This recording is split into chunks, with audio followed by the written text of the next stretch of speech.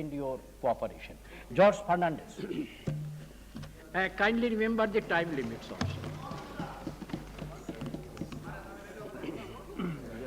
अध्यक्ष जी, हम इस प्रस्ताव के विरोध में यहाँ पर खड़े हैं, जिस प्रस्ताव को गृह मंत्री ने सदन में रखा है और जिस पर आज 3 दिन से बहस चल रही है। अध्यक्ष, पहली बात है संविधान के धारा 356 की। मेरी ये मान्यता है कि जो निर्णय गवर्नर ने और केंद्र सरकार ने, क्योंकि दोनों का फैसला है, तो ये दोनों ने मिलकर जो फैसला लिया है वो असंवैधानिक है, वो धारा 356 के विरोध में है। मैं जानता हूं इस पर कुछ बहस यहां पर हुई है, लेकिन मुझे परेशानी सबसे अधिक तब हुई जब इस प्रस्ताव के समर्थन में हमारे मित्र, जिनके हम सभी लोग बहुत इज्जत करते हैं, सोमनाथ बाबू, वे यहां पर खड़े हुए। सोमनाथ बाबू ने धारा 356 में इमरजेंसी के दिनों में जो सुधार हुआ था उसको हटाकर ऐसी परिस्थिति दोबारा देश में निर्माण न हो, उसके पक्ष में कोई मामूली अभियान नहीं चलाया था।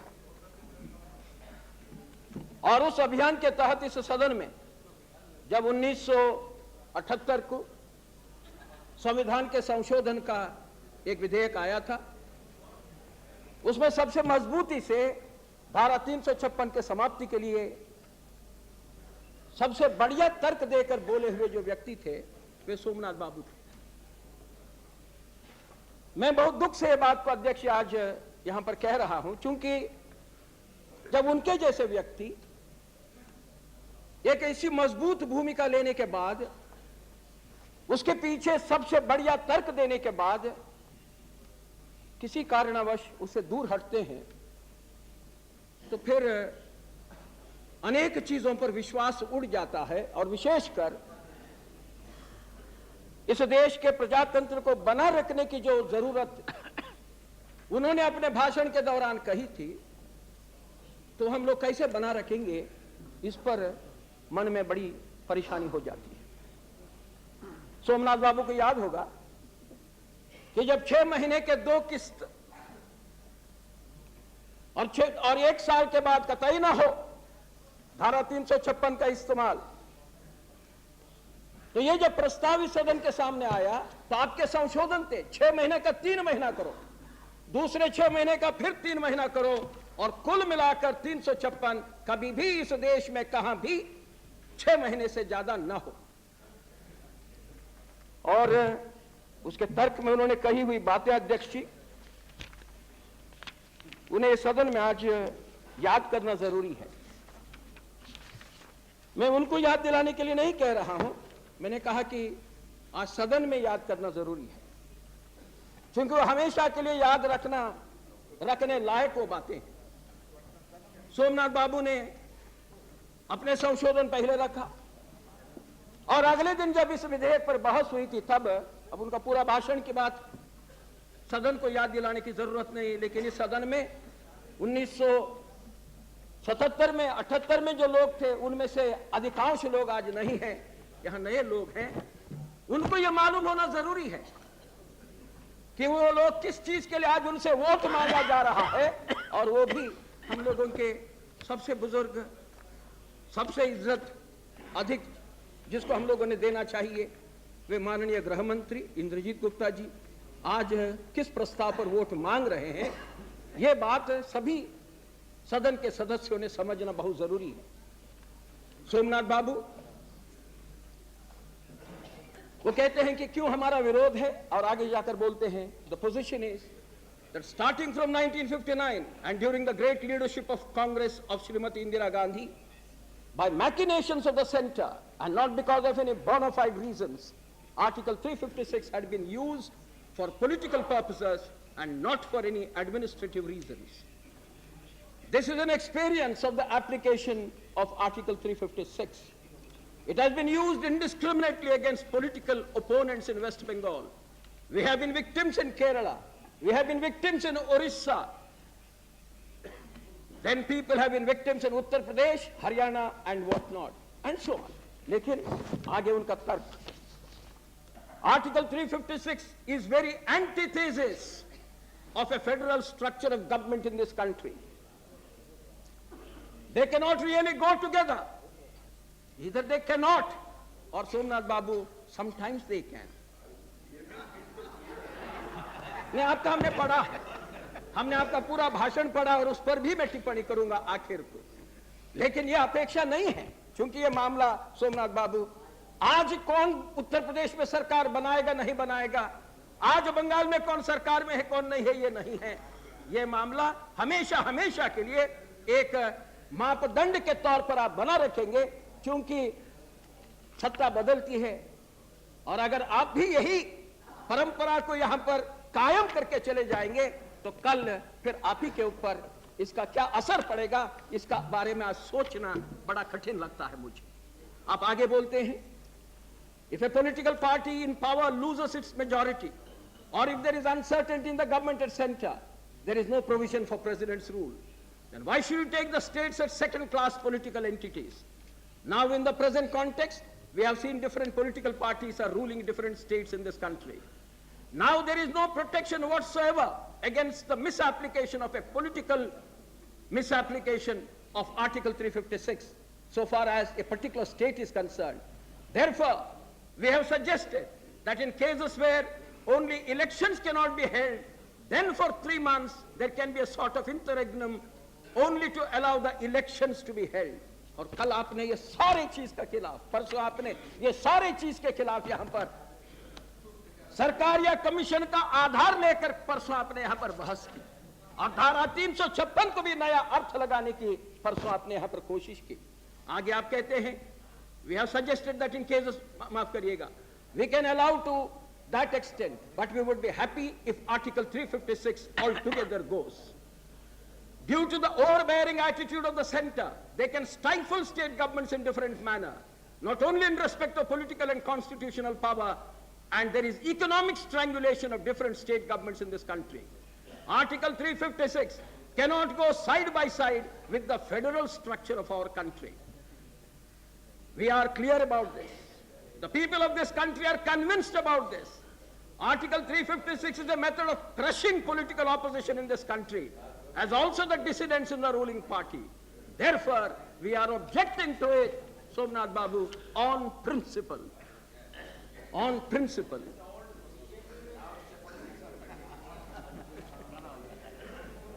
आपने सुना? He says now it is politics of convenience.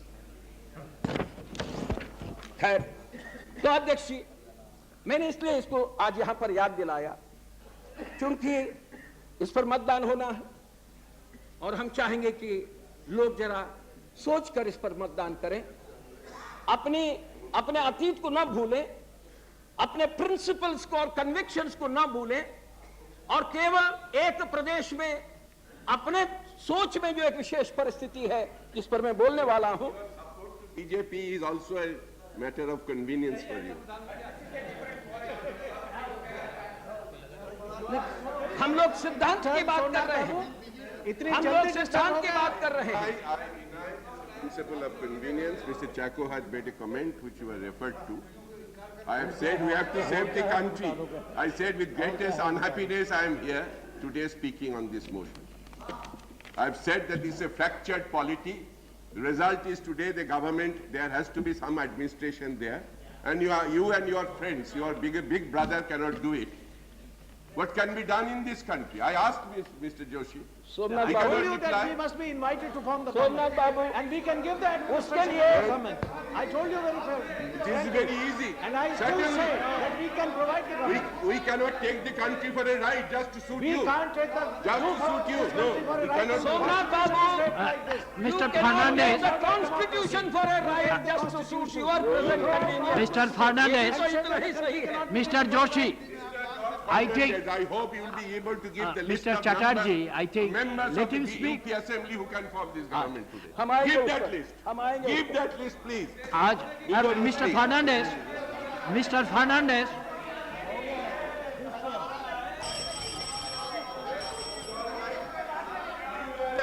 You were a member of the government which dismissed 9 assemblies, 9 governments.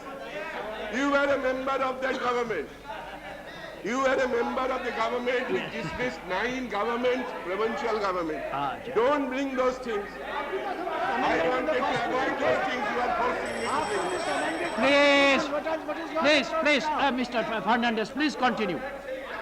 Please continue. Mr. Chaco, I think let him speak. I was listening carefully to him with all attention. He deserves all attention, but he seems his whole argument is personal. Mr. Chatterjee, His would you argument cannot be only personal. kindly see. George Fernandez, please. अध्यक्ष जी, मैं उन्हें चोट नहीं लगाना चाहता था। बस। मैं केवल मेरी व्यथा बता रहा था।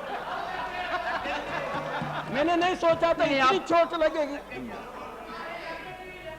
और मुझे बहुत अफसोस है कि हमारे बोली से उनको इतनी चोट लगी।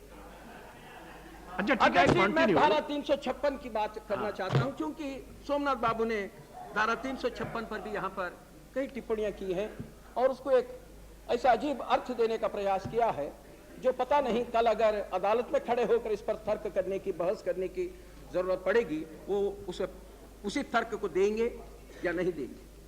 अध्यक्ष, धारा 356 में जो संशोधन 1977 में जो हुआ था, माफ करिएगा 1978 में जो हुआ था, उसमें वो मुझको मैं पढ़कर सुनाना चाहता हूं, क्योंकि उसी पर बहुत कुछ निर्भर है। Notwithstanding anything contained in clause 4 कि 6 महीना कुल मिलाकर 1 साल, माफ करिएगा 1 साल कुल मिलाकर, notwithstanding anything contained in clause 4, a resolution with respect to continuance in force of proclamation approved under clause 3 for any period beyond the expiration of 1 year from the date of issue of such proclamations shall not be passed by either House of Parliament, and I repeat, shall not be passed by either House of Parliament unless a proclamation of emergency is in operation in the whole of India, or as the case may be, in the whole or any part of the state at the time of passing such resolution, and B, the Election Commission certifies that the continuance in force of the proclamation approved under clause 3 during the period specified in such resolution is necessary on account of difficulties in holding general elections to the Legislative Assembly of the state concerned. अध्यक्ष, मैंने अभी सोमनाथ बाबू ने ही जो चर्चा की थी 1978 में, उसको सदन के सामने उसके कुछ उदाहरण दिए। अगर इस सदन को, जिसने ये कानून, इस संविधान में संशोधन किया, अगर इस सदन के मन में, दिमाग में ऐसी भी कोई भी बात होती कि ये भी एक परिस्थिति आ सकती है कि चुनाव के बाद किसी भी पार्टी को बहुमत न मिलने वाली एक परिस्थिति आ सकती है, तो फिर अध्यक्ष इसके अंदर एक और जुमला निश्चित ही जोड़ा गया होता। यहां इलेक्शन कमीशन तक, कि इलेक्शन कमीशन को यह संविधान अधिकार देता है कि वो सर्टिफाई करे कि अमुक कारण को लेकर चुनाव करना संभव नहीं है, इसलिए आपको 1 साल की जो आपने काल मर्यादा बांधी है उसको भी आप तोड़ सकते हैं, या राष्ट्र में कोई आतंक के चलते इमरजेंसी अगर किसी एक हिस्से में हो गई तब आप इसे और आगे बढ़ा सकते हैं।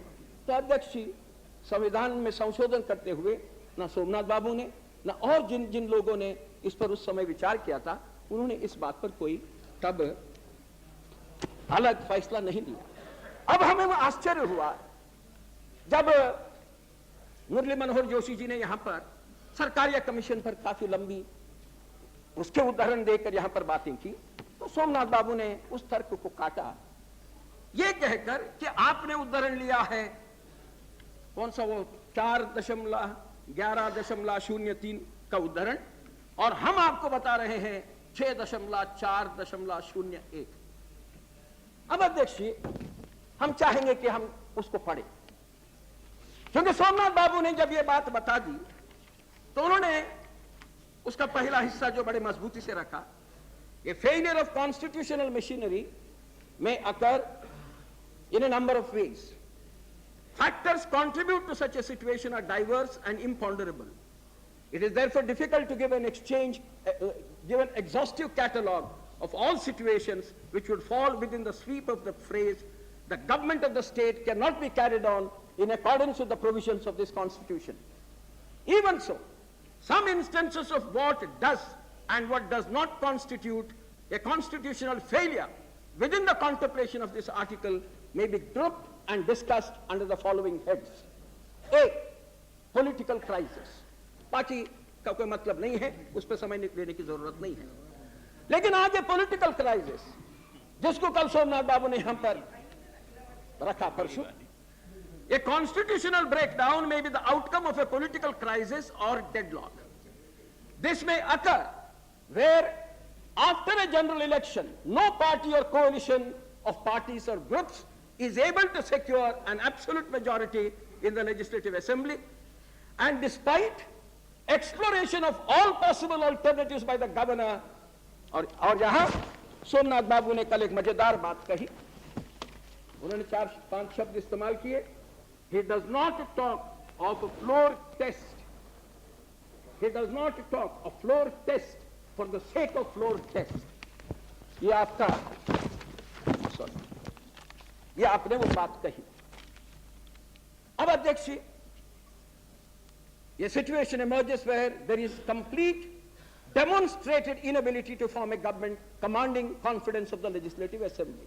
मैं सोमनाथ बाबू को, क्योंकि अभी इस रिपोर्ट पर उन्होंने विश्वास रखा है, सरकारिया को जैसे जनता दल के एक माननीय सदस्य ने सरकारिया को डिसमिस किया है. अब वो नए राजनीति में आए हुए सदस्य हैं, उन्हें मालूम नहीं है कि उनके दल ने अपने घोषणा पत्र में सरकारिया कमेटी का क्या तारीफ किया है, उसके निर्णयों को अमल करने के लिए कैसे उन्होंने अपने घोषणा पत्र नहीं बल्कि पत्रों में कहा है. हाँ, लेकिन कल उन्होंने उसको डिसमिस किया है सरकारी कमीशन, उसमें उस पर कोई बंधन उसका नहीं है. इसलिए मैंने कहा मैंने उनको बचा लिया ये कह करके नए हैं इसलिए उन्हें ये चीजों की जानकारी नहीं है. तो इसलिए उन्होंने कहा, अगर वो क्योंकि बहुत पढ़े लिखे व्यक्ति हैं, अगर उन्होंने अपने पार्टी का घोषणा पत्र को पढ़ा होता, वो कल जो भाषा उन्होंने इस्तेमाल की वो भाषा वो इस्तेमाल नहीं करते. तो अध्यक्ष जी, जब आप सरकारी कमीशन पर विश्वास रखते हैं और कहते हैं कि उन्होंने ये नहीं कहा है कि फ्लोर टेस्ट हो, तो सोमनाथ बाबू हम लोग चले इसका पैराग्राफ नंबर 4, जिसका कुछ उदाहरण कल परसों यहां पर जोशी जी ने किया था. मैं इसलिए उसको नहीं पढ़ूंगा, लेकिन उसका वो हिस्सा पढ़ूंगा जो 4.1104 पर है. अगर कोई single party having an absolute majority in the assembly न हो तो सरकारिया की क्या सिफारिशें हैं? If there is no such party, the governor should select a chief minister from among the following parties or group of parties by sounding them in turn in order of preference indicated below. 1. An alliance of parties that was formed prior to the elections. yahan nahi hai. 2. The largest single party is staking a claim to form the government with the support of others, including independents. और इस पे आगे जाकर मैं पूरा उसको नहीं पढ़ूंगा क्योंकि समय जाएगा. बड़ा नहीं माने तो आप एक बात सोचिए माननीय जज साहब, हम लोगों ने कितने साल आपके नारे लगाए, अंदाजा, और आप ताली पिटवा रहे कि आपको कैसा लग रहा है ये मुझे बता दीजिए.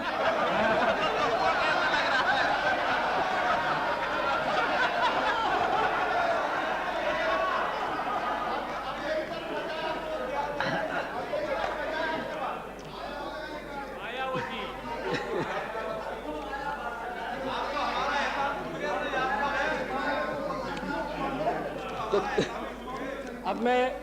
अब मुलायम सिंह हमारे इतने हमारे इतने गहरे दोस्त हैं, इसलिए उस पर मैं कुछ टिप्पणी नहीं करूंगा कि जिससे ठीक है, उनको ठीक है, परेशानी ठीक है. You continue, please. Yes, I have, but I don't intend to. Mr. George, तो अध्यक्ष जी, Mr. George, we are, please remember Yes, the sir. time Sir, constraints. sir, I have hardly spoken for 7 or 8 minutes. I won't take much time, sir. I am aware of the constraints. अध्यक्ष जी, तो मैं इसलिए कह रहा था Please. कि मैं इसको He पूरा तो understands. पढ़ने नहीं जाऊंगा, उसकी जरूरत नहीं है, मगर ये जो बात है, the largest single party is taking a claim to form the government with the support of others, including independents, in that order. जब उस ऑर्डर पर हम पहुंच जाते हैं, तो सोमनाथ बाबू, आपने जो कहा, doesn't say talk about floor test. आगे जाइए. 4.11.05. The governor, while going through the process of selection described above, should select a leader who, in his governor's judgment, is most likely to command a majority in the assembly. तो majority के बाद खत्म हो गई कि केवल majority के बाद बुलाया जा सकता है. गवर्नर के हाथों में पूरा अधिकार है, केवल मेजॉरिटी, वरना नहीं. वरना वो ऐसे लोगों को जुटाएं और अपने सामने उनको भेड़ बकरी जैसे खड़ा करें, उनको विश्वास हो जाए. तो ये तो नहीं है. वो तो बोलते हैं कि who in his judgment is most likely to command a majority in the assembly. The governor's subjective judgment will play an important role. और आगे उससे भी महत्वपूर्ण बात सोमनाथ बाबू जो आपके बात को पूरा काट डालती है, वो ये है, ये chief minister, unless he is the leader of a party which has absolute majority in the assembly, should seek a vote of confidence in the assembly within 30 days of taking over. यानी chief minister नियुक्त होगा, बहुमत बिना नियुक्त होगा, governor उनको बुला सकेगा और विधानसभा में जाकर फिर वोट मांगने का उनका अधिकार होगा. 30 दिन का वोट मांगने के लिए उनको समय होगा. यह है सरकार या कमीशन का रिपोर्ट. शब्दानुशब्द मैंने सदन के सामने अध्यक्ष जी रखा है. अध्यक्ष जी, yes, I yield to you.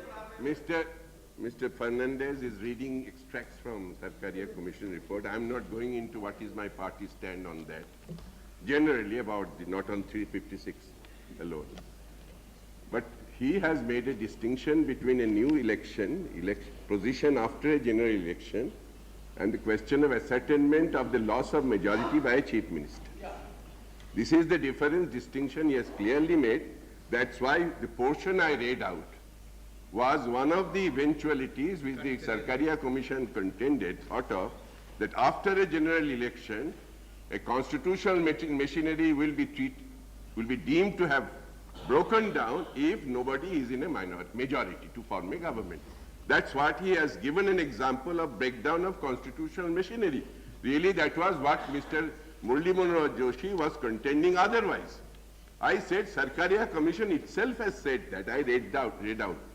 And Mr. Chairman, sir, because I am supposed to be not the Ramesh Bhandari, today I am supposed to be his target. The position is this: one of the judges of the Supreme Court, I said, if Mr. George Fernandez has correctly read my speech carefully, I said, I may not agree even with what the Supreme Court judge has said. I said that. I do not agree with what the Supreme Court judge has said, but one judge of the Supreme Court has said floor test is not always the test. I only referred to that. Therefore, he is quoting me out of context and saying things which is not correct. Let him try to, Please. I know his agony to support a case which he cannot sustain. Therefore, but let him not say things. अध्यक्ष जी, मैं अभी सवाल जवाब में नहीं जाऊंगा. I yielded to him. लेकिन इस पर बहस तो चलेगी और ये केवल यहाँ सदन तक ही सीमित नहीं रहेगी, बाहर भी चलेगी. आपने गवर्नर की बात कही कि यहाँ मैं आपके ऊपर हल्ला बोल कर रहा हूँ, जबकि मैं आपके ऊपर हल्ला बोल नहीं कर रहा हूँ, मैं सरकार के ऊपर कर रहा हूँ. लेकिन गवर्नर की बात की और ये आपने ठीक है हमको याद दिलाया कि हम गवर्नर के ऊपर हल्ला कर रहे हैं. मैंने गवर्नर पर हल्ला आज नहीं शुरू किया अध्यक्ष. मैंने गवर्नर पर हल्ला तब किया था जब त्रिपुरा में मार्क्सवादी पार्टी के सरकार को किस तरह से हटा दिया जा सकता है उसके लिए उन्होंने जी जान लगाकर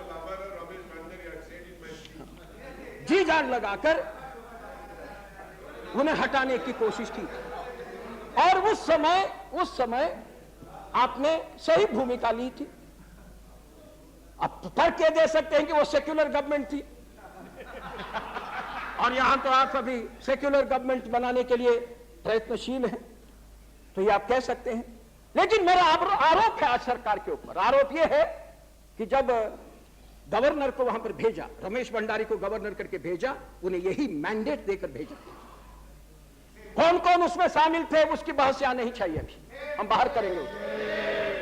लेकिन ये मैंडेट था, और जब मुझे इसकी जानकारी मिली थी कि उनको भेजा जा रहा है, मैंने प्रधानमंत्री को लिखा था, आज के प्रधानमंत्री, और मैंने राष्ट्रपति को लिखा था कि ये गवर्नर जिन्होंने त्रिपुरा के राजभवन में बैठकर वहां बनी हुई सरकार को, वहां मार्क्सवादी पार्टी, वहां वामपंथी सरकार के साथ इतना जुल्म किया था कि सारे देश में उसको हटाने के लिए एक अभियान चलाया गया था, आज आप उनको देश के सबसे बड़े प्रदेश के गवर्नर बनाकर मत भेजिएगा। ये मैंने लिखित तौर पर कहा था।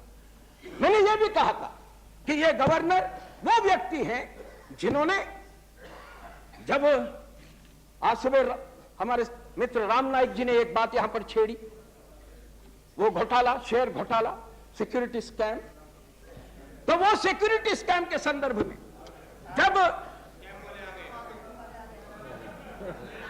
वो सिक्योरिटी स्कैम के संदर्भ में जब अध्यक्ष जी तत्कालीन प्रधानमंत्री पर किन्हीं लोगों ने हमला किया था, तब एक बड़ी साजिश उस राजभवन में बैठकर इस गवर्नर ने की थी कि लाल कृष्ण आडवाणी, मुरली मनोहर जोशी और भारतीय जनता पार्टी के कुछ नेता, इन लोगों को हर्षद मेहता का पैसा विदेश में जाकर लौट कराकर मिला है, और इनको कैसे फिक्स किया जाए, फिक्स ये शब्द है, कैसे फिक्स किया जाए, इसके लिए राजभवन के अपने टेलीफोन, अपनी पूरी ताकत, सब चीज का इस्तेमाल करके उन्होंने साजिश की थी। हमने ये बात राष्ट्रपति से भी कही, राष्ट्रपति का नाम यहां नहीं लेना चाहिए, लेकिन हमने ये बात सभी को कही, हमने ये बात सार्वजनिक कही कि आज अंततोगत्वा जब एक व्यक्ति के हाथों में देश का सबसे बड़ा सूबा आप दे रहे हैं, और एक ऐसा उनको आदेश देकर दे रहे हैं कि आपके ऊपर जिम्मेदारी, दायित्व ये हम डाल रहे हैं कि वहां क्योंकि भारतीय जनता पार्टी की सरकार बनने की संभावना है, वो न बने, ये आपकी जिम्मेदारी है, ये कहकर उनको वहां पर भेजा था। तो इसलिए अध्यक्ष जी, हम अगर उनके बारे में बाहर भी बोल रहे हो तो उसमें हम कोई गलत बात नहीं बोल रहे, क्योंकि देश के संविधान के साथ और लोगों के मतों के साथ इस प्रकार का खिलवाड़ नहीं होनी चाहिए, ये हमारी मान्यता है। यहां बार बार एक बात हमने परसों जो सबके भाषण जो सुने तो उसमें भी कही गई, आज फिर यहां पर टोका गया कि किसको कितनी सीटें हैं। अब ये कोई बहस का विषय है कि धारा 356 पर बहस हो रही है? सरकारी कमीशन क्या हम लोगों को कह रहा है देश का प्रजातंत्र बना रखने के लिए, केंद्र और प्रदेशों के बीच में जो रिश्ते हैं उनको बना रखने के लिए क्या क्या उपाय है, संविधान किस तरह से इस्तेमाल करना चाहिए, ये सारी बातों पर जब चर्चा हो रही है तो किसको कितनी सीटें मिली, इस पर यहां पर खूब टोकम टोकी हो रही है। हो जाए, हम टोकम टोकी के विरोध में नहीं, लेकिन अध्यक्ष जी, वो कहा जाता है ना कि कौन किसके ऊपर पत्थर मारे, तो यहां वो बात नहीं है कि कौन किसके ऊपर पत्थर मारे, लेकिन 7 सीटें पाकर अगर आप पूछोगे तुमको केवल 176 सीटें मिली हैं, तुम कौन होते हो सरकार बनाने के लिए मांग करने वाले, तो शोभा नहीं देता। 5 सीटें पाकर, मात्र 5 सीटें पाकर 300, तुम्हें 236 में तुम पहले थे आम चुनाव में लोकसभा के, अभी तुम केवल 174 पर आकर पहुंच गए, 176 पर आकर पहुंच गए, लेकिन 5 सीटें पाकर ये सारी जब चर्चा की जाती है कि सदन के भीतर या बाहर, तो शोभा नहीं देता है, क्योंकि लोग बोलेंगे कि कौन बोल रहा है, कौन बोल रहा है, किस बल के ऊपर बोल रहा है। अध्यक्ष मेरे पास यहां नहीं, अभी अध्यक्ष मेरे पास यहां ये, प्लीज कंक्लूड। हाँ, मैं 5 मिनट में समाप्त करूंगा। मेरे पास यहां ये आज अखबार का फोटोकॉपी अभी लाइब्रेरी से निकाल कर लाए। ये आज अखबार है 3 अक्टूबर का। इस पे प्रधानमंत्री की बड़ी खूबसूरत तस्वीर है, मजाक नहीं कह रहा हूं, बहुत ही खूबसूरत तस्वीर है। आप मुझे वोट दो, मैं आपको विकास दूंगा, प्रधानमंत्री श्री एच.डी. देवेगौड़ा की उत्तर प्रदेश की जनता से अपील। अब मैं इसका संवैधानिक वगैरह बातों पर नहीं जाऊंगा, सोमनाथ बाबू इस पर शायद कुछ बोलना चाहेंगे कि क्या प्रधानमंत्री के नाते विधानसभा के चुनाव के दरमियान प्रदेश के सारे अखबारों में इतने ही बड़े विज्ञापन निकाल सकते हैं। पार्टी के अध्यक्ष के तौर पर वो अध्यक्ष नहीं है, लेकिन पार्टी के नेता के तौर पर निकालते मैं समझ सकता। प्रधानमंत्री तो हर एक अगर करता था तो बीजू बाबू आप तो उसका हर बार विरोध भी करते आए, आप तो उसका विरोध भी करते आए, तो आज भी उसका विरोध करिए, ये मेरी आपसे प्रार्थना है। मगर ये अपील अध्यक्ष जी, ये अपील उन्होंने, पता नहीं अभी मुलायम सिंह जी यहां पर बैठे हैं कि उन्हें मालूम है या नहीं कि उनके भी पार्टी का नाम इसमें जोड़ा था। अब मुझे मालूम है कि आपने उनको ज्यादा दिन आपके साथ चुनाव अभियान में चलने नहीं दिया था, ये भी मैं जानता हूं। लेकिन 6 पार्टियों का इस पर तस्वीरें लगा दी गई, उनके चुनाव सिंबल लगा दिए गए, समाजवादी पार्टी, जनता दल, इंदिरा कांग्रेस, तिवारी, भारतीय किसान कामगार पार्टी, मार्क्सवादी कम्युनिस्ट पार्टी और सीपीआई, 6 पार्टियों के चुनाव चिन्ह डालकर आप मुझे वोट दो। यह नहीं कि इन पार्टियों को वोट दो, इन कार्यक्रमों को वोट दो, आप मुझे वोट दो, मैं आपको विकास दूंगा, मैं आपको विकास दूंगा।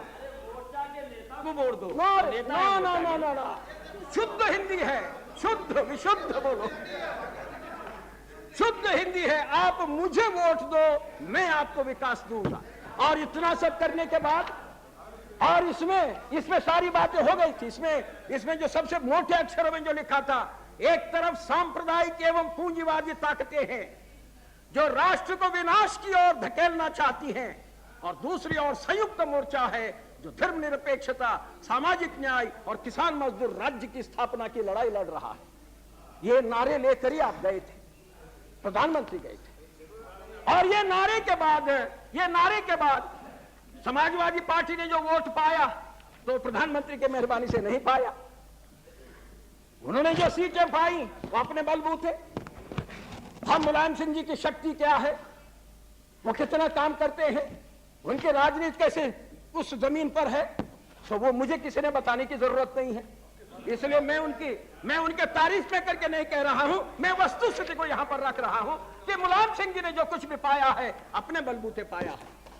मगर ये सारा अध्यक्ष जी कि आप मुझे वोट दो, मैं आपको विकास दूंगा, तो लोगों ने कितना वोट दिया और कितने सीट दी?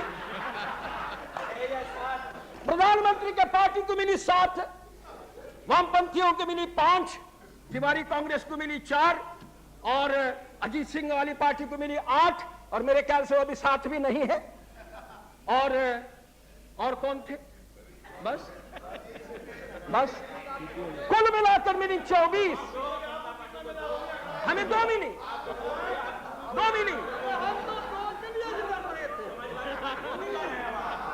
लेकिन हम ना प्रधानमंत्री थे, ना हम लोगों से बोले थे कि आप मुझे वोट दो, मैं आपको विकास दूंगा। Please conclude.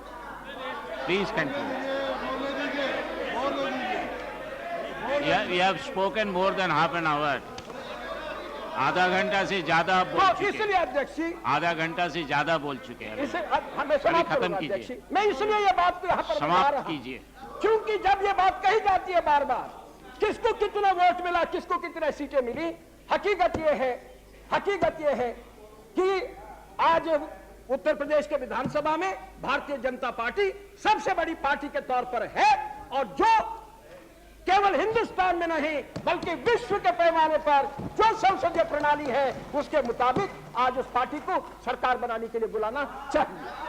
और ये जो सेक्युलर वाली बात है, ये जो सेक्युलर वाली बात चल रही है, अध्यक्ष मैं इतना कहूं कि यहां एक बहुत बड़ा जुल्म पार्टियों के बीच में जो भी विवाद है, उस विवाद को लेकर एक बहुत बड़ा जुल्म मतदाताओं के साथ हो रहा है। आपने खुद कबूल किया सोमनाथ बाबू कि 34% वोट पाए हो। 174 सीटें या 176 सीटें लाए हो और 34% वोट पाए हो, तो 32 हमारा भी कुछ है। तो 34% वोट पाए हो, तो 34% अगर वोट है, तो 34% उत्तर प्रदेश की जनता के साथ आप जुल्म कर रहे हो, इसको भी आपको ख्याल में रखना होगा। और वो जुल्म आप इस आधार पर कर रहे हो कि आपने एक अपना दिमाग में एक कल्पना बना रखी है। ये जो सेक्युलर नॉन सेक्युलर की जो बहस है, हम चाहेंगे इस सदन में उसके ऊपर एक बार बहस हो जाए। हम जरूर चाहेंगे सदन में एक बार बहस हो जाए, ताकि इसलिए कि सेक्युलरिज्म के नाम पर बलात्कार मंजूर है, खजाने की लूट मंजूर है, चोरी मंजूर है, रंगदारी फिरौती मंजूर है, ये सब सेक्युलर है। और सेक्युलरिज्म के नाम पर अगर इस प्रकार का राजकाज की बात चलती है, तो फिर अध्यक्ष जी हम आपसे आज प्रार्थना करेंगे कि इस पर आप एक बार इस सदन में बहस भी कराइए, ताकि ये भी मुद्दे एक बार यहाँ पर हल हो जाएं। और इन शब्दों के साथ अध्यक्ष जी मैं इस प्रस्ताव का संपूर्ण विरोध करता हूँ और चाहता हूँ कि सारे सदस्य इसका विरोध में अपना राय दें। श्री PS चंदू माजरा।